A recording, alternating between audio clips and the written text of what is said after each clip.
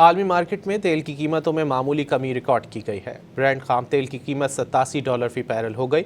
अमरीकी West Texas intermediate की कीमत $81 फी बैरल से ज़ायद रिकॉर्ड की गई है। आलमी मार्केट में तेल की कीमतों में मामूली कमी रिकॉर्ड की गई है। ब्रेंट खाम तेल की कीमत $87 फी बैरल हो गई। अमरीकी वेस्ट टेक्सास इंटरमीडिएट की कीमत $81 फी बैरल से ज़ायद रिकॉर्ड की गई है।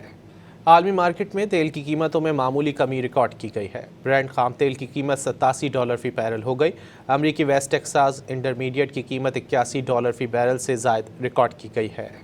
आलमी मार्केट में तेल की कीमतों में मामूली कमी रिकॉर्ड की गई है। ब्रेंट खाम तेल की कीमत $87 फी बैरल हो गई। अमरीकी वेस्ट टेक्सास इंटरमीडिएट की कीमत $81 फी बैरल से ज़ायद रिकॉर्ड की गई है। आलमी मार्केट में तेल की कीमतों में मामूली कमी रिकॉर्ड की गई है। ब्रेंट खाम तेल की कीमत $87 फी बैरल हो गई।